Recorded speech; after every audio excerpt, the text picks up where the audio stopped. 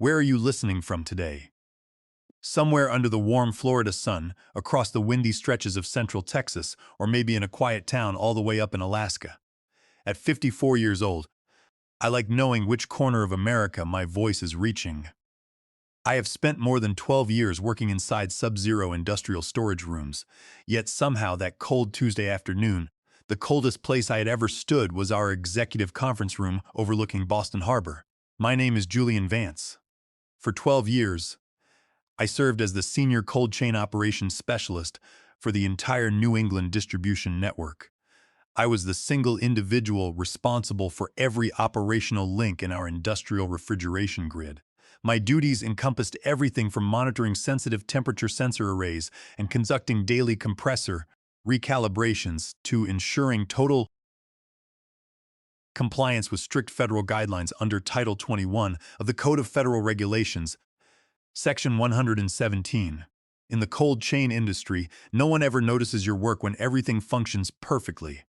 When thousands of pallets of frozen seafood, high-end biological materials, and temperature-sensitive food products move smoothly from coastal cargo docks to regional grocery chains, executive management takes the operational stability for granted. But if a temperature reading in a main storage compartment strays by even 2 degrees above specified thresholds, millions of dollars in perishable inventory can deteriorate in less than 45 minutes. Such a variance triggers mandatory federal quarantine protocols, public safety warnings, severe financial penalties, and immediate product recalls. That particular afternoon, the expansive glass windows of the executive conference room offered a panoramic view of the gray waves crashing against the Boston Harbor docks. Outside, a pale winter sun struggled through thick harbor fog, but inside the room, the climate felt suffocating and heavy. A tense silence gripped the long conference table as Regional Director Lawrence Thornton took his place at the head of the room. Lawrence wore his tailored designer suit alongside that unmistakable posture of unearned executive authority. He was the quintessential corporate politician, a man who possessed no practical understanding of thermodynamics, industrial compressor mechanics, or federal regulatory compliance. Lawrence Ain firmly believed that running a high-stakes, multi-million-dollar logistics operation merely required polished slide presentations, quarterly buzzwords, and authoritative speeches. He adjusted his silk necktie, looked across the assembled group of warehouse managers, operations leads, and technical technicians, and cleared his throat. He announced with practiced enthusiasm that today marked a monumental milestone for our regional branch, as he prepared to officially introduce our new regional operations director. I sat near the middle of the table, my hands resting calmly on the cover of my worn black leather notebook. That notebook contained 12 years of handwritten operational logs, sensor calibration histories, emergency protocol notes, and custom software formulas. Every manager sitting around that table understood that I had built this cold storage grid piece by piece. Over 12 long years, I had transformed a failing, outdated facility into the most reliable cold storage depot in New England. I had personally guided the company through 3 unannounced compliance audits conducted by federal inspectors, saving the firm millions of dollars in potential fines. I had spent countless freezing winter nights on the warehouse floor during severe blizzards, repairing failing backup generators and monitoring critical refrigeration systems to prevent cargo destruction. I had given 12 years of unwavering dedication to this company, working long past standard shifts without demanding public credit. I had every reasonable expectation that my years of sacrifice, proven technical leadership, and unblemished record would finally be rewarded with the regional director position. Then Lawrence pronounced the name that caused the entire room to fall into stunned disbelief. He announced with a broad smile that the corporate board had approved the promotion of Audrey Thornton to the position of regional operations director. An uncomfortable, heavy silence settled over the room like a sudden power outage in a freezing storage vault. A few hesitant, polite claps broke the silence, followed by scattered, mandatory applause. Audrey Thornton was 24 years old. She was Lawrence's daughter. 3 months prior, she had graduated from a local university with a degree in general marketing and had recently finished a short 3-month administrative internship in our corporate office. Now, without having ever spent a single full shift on a freezing loading dock, without understanding how to read a raw thermal sensor log, and without possessing any knowledge of federal sanitation mandates, she was being elevated to total executive authority over our entire regional logistics grid.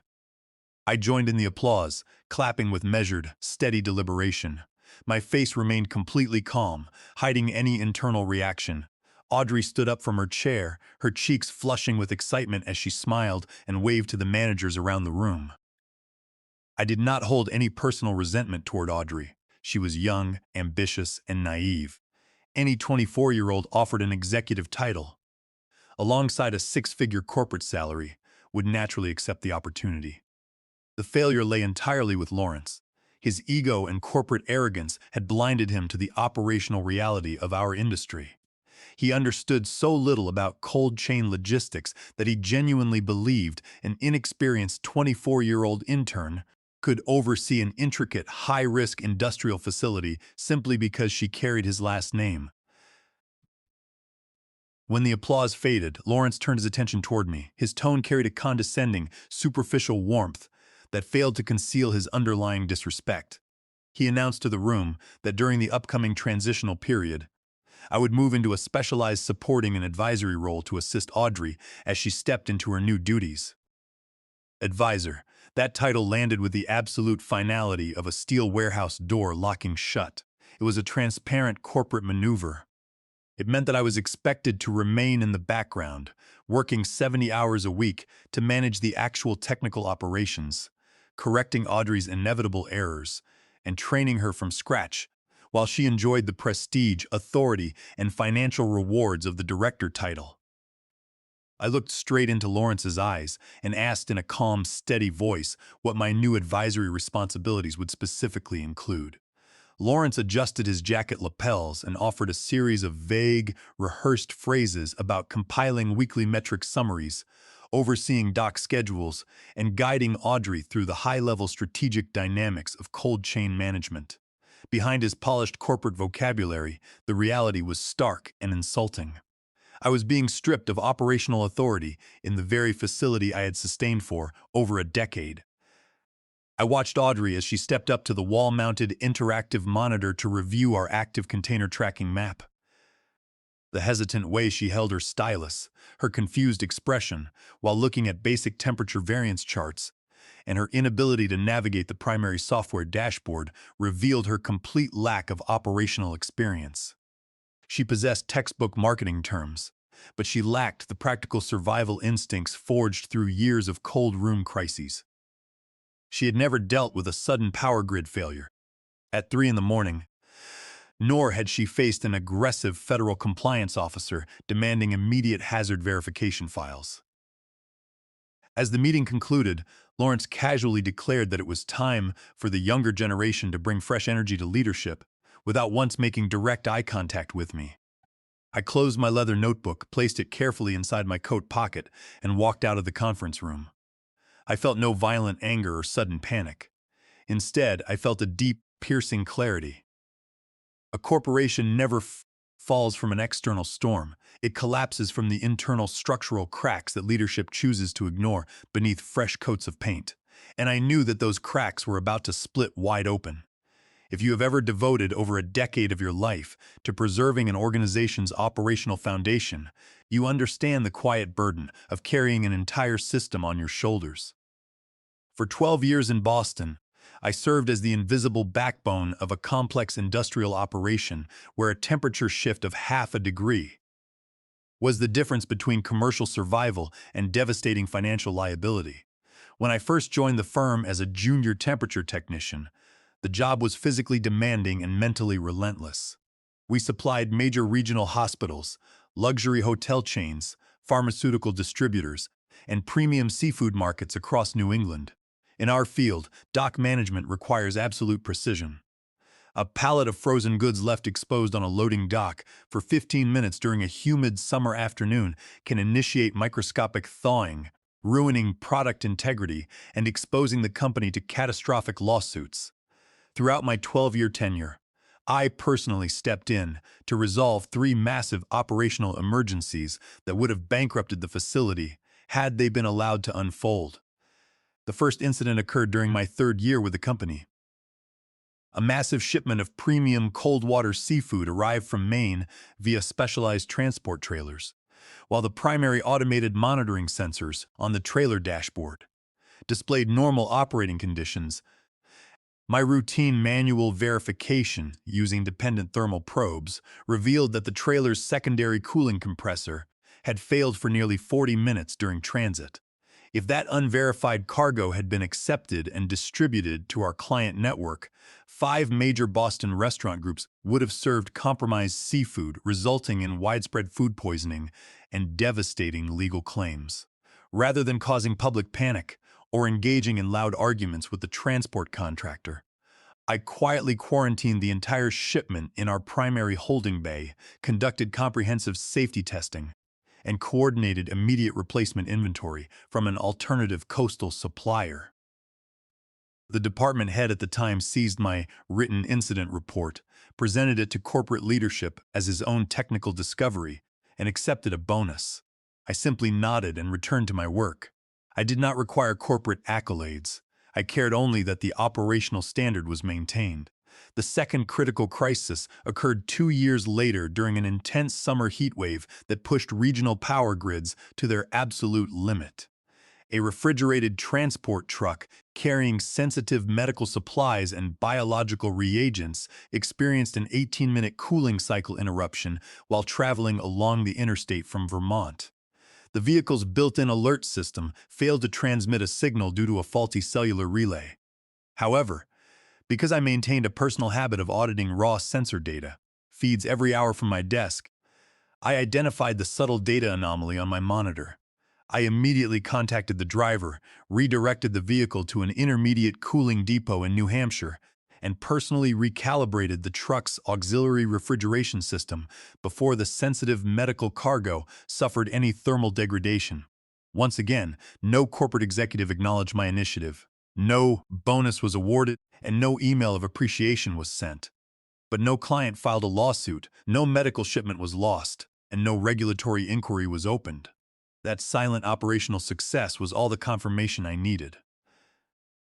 The third and most significant crisis transpired 2 years ago when federal inspectors from the Food and Drug Administration launched an unannounced, comprehensive facility audit under the Food Safety Modernization Act. Passing a surprise federal inspection demands absolute perfection.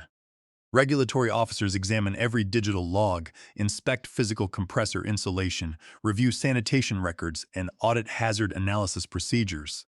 Over 3 grueling days, I worked 48 consecutive hours without sleep. I personally audited hundreds of temperature logs, recalibrated 42 industrial thermal sensors, and restructured our preventive control documentation to satisfy federal standards under Title 21 of the Code of Federal Regulations, Section 117. When the federal inspectors concluded their audit, they issued a formal letter commending our Boston warehouse as one of the most compliant cold storage facilities in the entire northeastern region. Lawrence Thornton stood before the corporate board of directors with a broad, self-satisfied smile, accepting praise for the flawless audit result as if he had personally inspected every cooling line himself.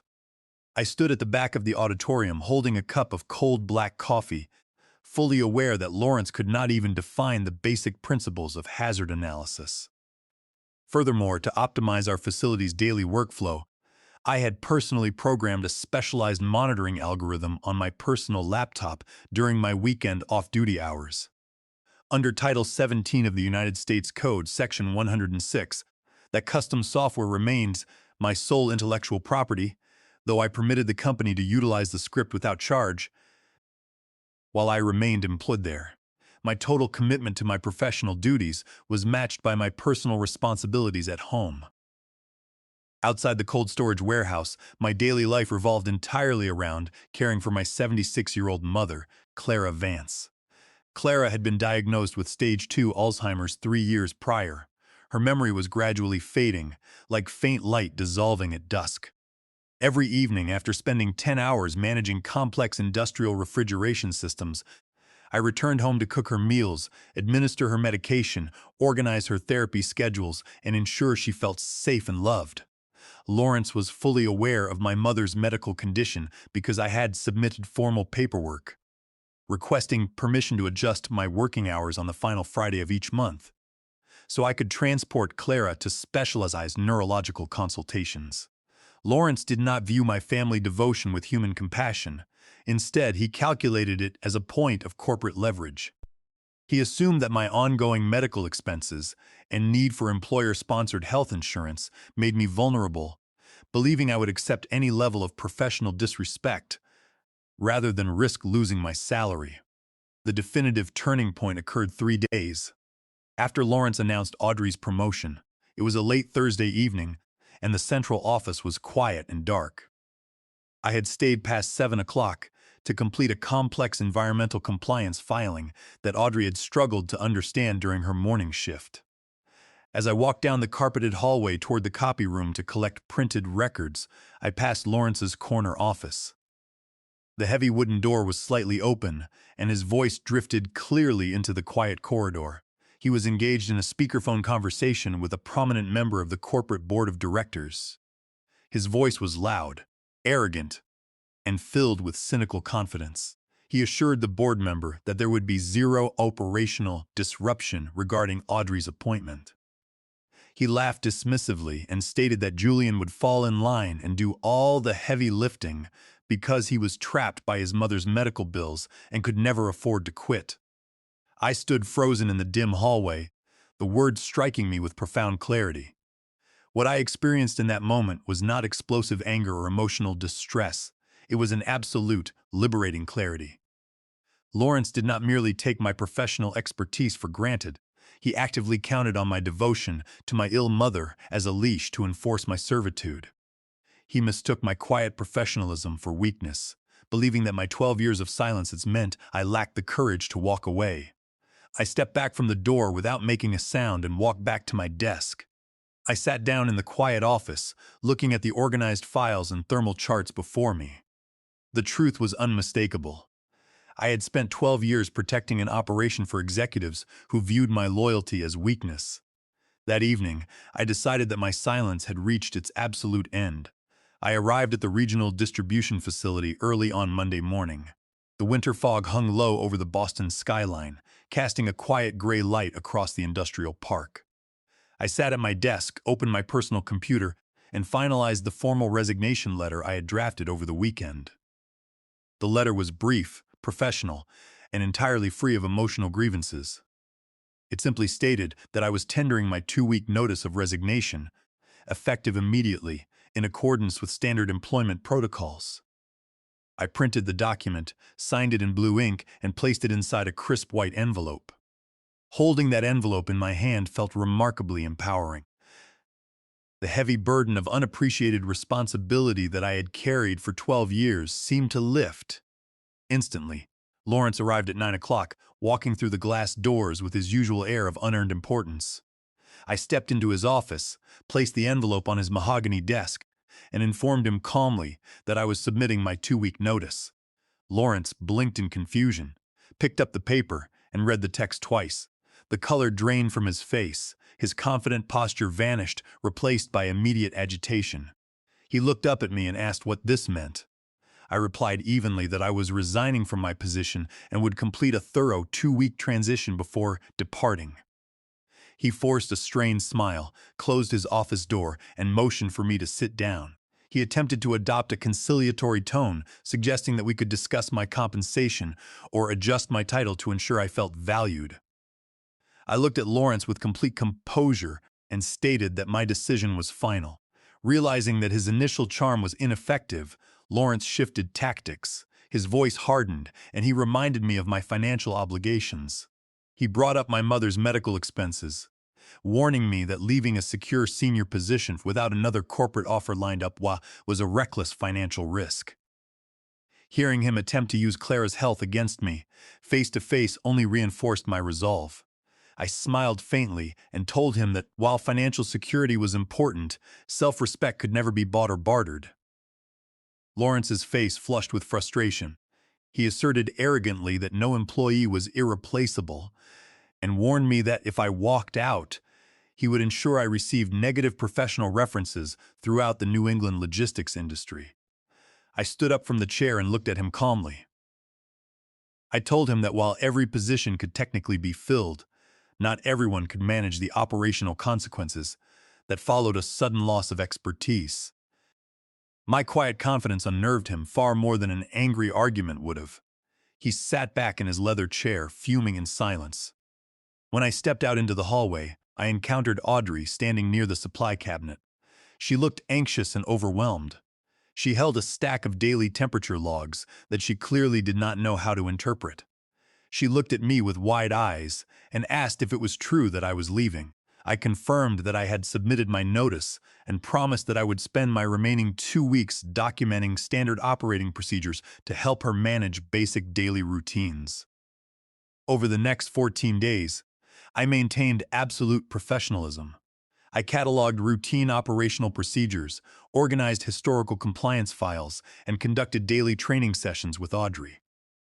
Every morning from 8 to 11, I sat with Audrey in the secondary conference room, explaining the fundamental mechanics of industrial refrigeration, showing her how to verify physical insulation integrity, and reviewing basic spreadsheet formats for weekly doc reporting.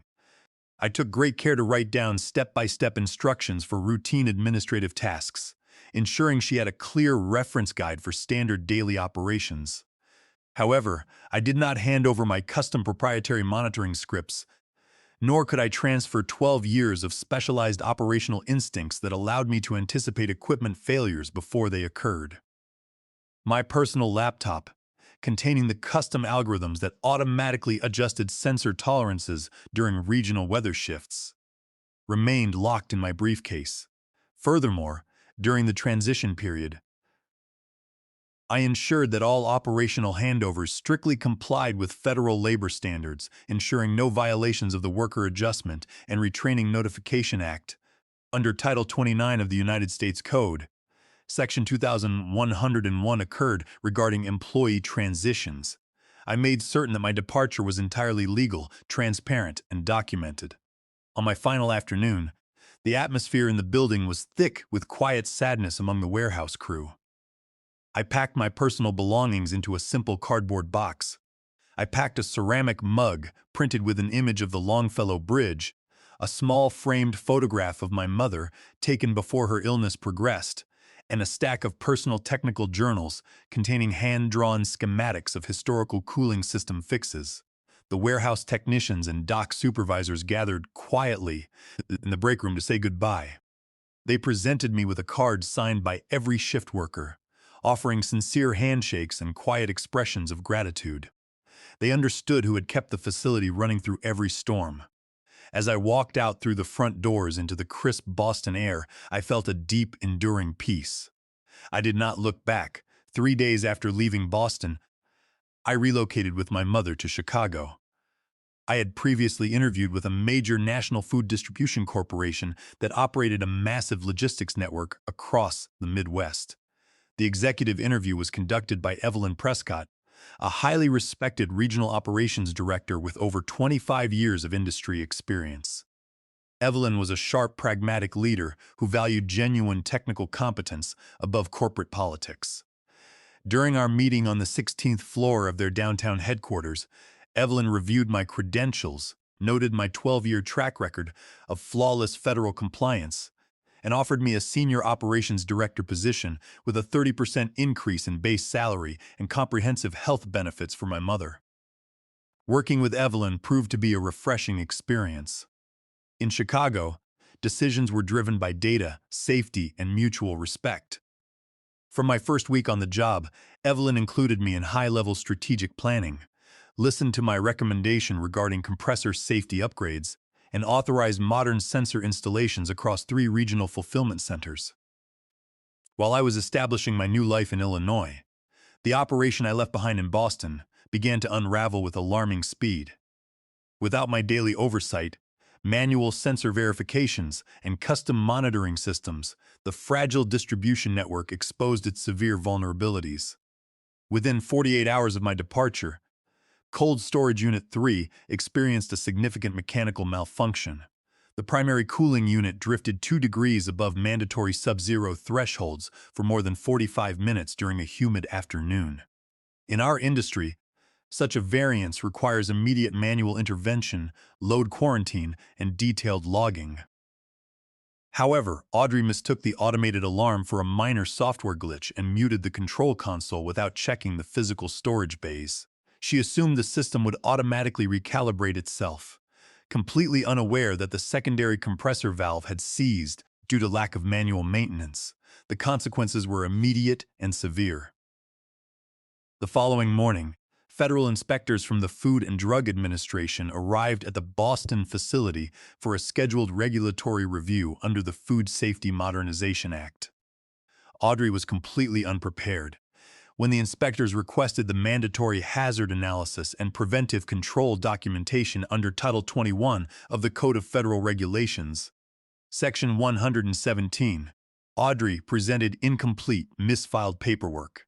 She was unable to explain the raw data logs or present verified sanitation records for the preceding 48 hours.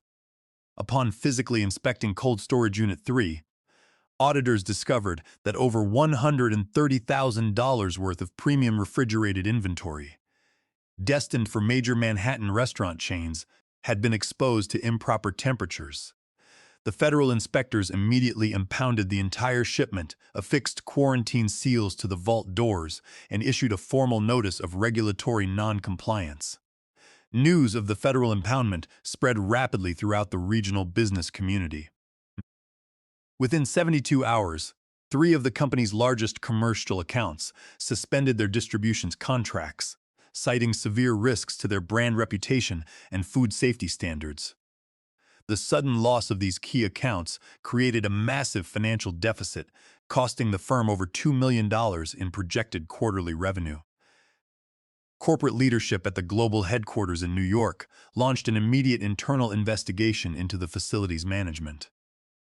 The investigation revealed that Lawrence had bypassed qualified senior personnel to appoint his inexperienced daughter, violating internal corporate governance policies and breaching his fiduciary duty to shareholders. The board of directors promptly suspended Lawrence from his executive post pending formal legal proceedings, while Audrey was removed from her managerial role amidst mounting public scrutiny from regional industry publications. From my office overlooking Lake Michigan, I monitored these developments with detached objectivity. The breakdown in Boston was not caused by malice or sabotage. It was simply the inevitable result of leadership replacing proven competence with unearned privilege. 3 months after settling into my new role in Chicago, my company sent me to attend a national cold chain logistics convention held at a major conference facility in Manhattan. The event gathered industry leaders, federal regulators, equipment manufacturers, and operational experts from across the country. On the second morning of the convention, while sitting in the main lounge holding a cup of hot tea, I heard a familiar, hesitant voice call my name. I turned around and saw Audrey standing a few feet away. She looked strikingly different from the confident young woman I had met in Boston. She was dressed simply, her posture was humble, and the anxious edge in her voice had replaced her former corporate polish. She asked quietly if she could sit down, and I welcomed her to join me. Audrey sat across from me, looked down at her hands, and offered a deep, sincere apology. She admitted that the past 3 months had been a brutal awakening. She confessed that after taking over the Boston facility, she quickly realized how immense and demanding the operational reality was, and how completely reliant the entire system had been on my quiet expertise. She revealed that during the internal corporate investigation, she had discovered the recording of the board call, where her father had arrogantly claimed I would never resign due to my mother's medical bills. Audrey expressed profound embarrassment over her father's actions, stating that learning the truth had filled her with deep shame. She apologized for accepting a title she had not earned and for failing to recognize the immense weight of the work I had carried for 12 years. Audrey shared that she had voluntarily resigned from all managerial ambitions and had recently accepted an entry-level quality control internship. at a small distribution firm in upstate New York. She explained that she wanted to learn the industry properly from the ground up, working night shifts on freezing docks and studying thermodynamics without shortcuts or family influence. I listened to her with calm empathy. I told her that recognizing one's limitations and choosing to build genuine competence was a mark of true maturity. I assured her that I harbored no bitterness toward her and wished her genuine success in her new career path. Audrey smiled with quiet gratitude, thanked me for my grace, and departed to attend an educational seminar on environmental sensor standards. That evening, I returned to my apartment in Chicago. My mother, Clara, was sitting near the large window overlooking the quiet waters of Lake Michigan, enjoying a warm cup of herbal tea with her home care nurse. Her health had stabilized significantly under the care of top medical specialists in Chicago, and her daily mood was bright, peaceful, and serene. Although her memory still drifted at times, she recognized my face immediately. As I entered the room, her eyes lighting up with soft warmth, I sat beside her, held her hand, and looked out over the expansive, shimmering surface of the lake. The journey of the past year had brought total clarity. Real competence does not require loud proclamations, aggressive posturing, or executive titles to prove its worth. It demonstrates its value through quiet reliability, day after day, and when it is dismissed, its absence speaks louder than any argument ever could. I smiled softly, knowing that I had protected my dignity, cared for my family, and built a future grounded in truth, integrity, and genuine respect.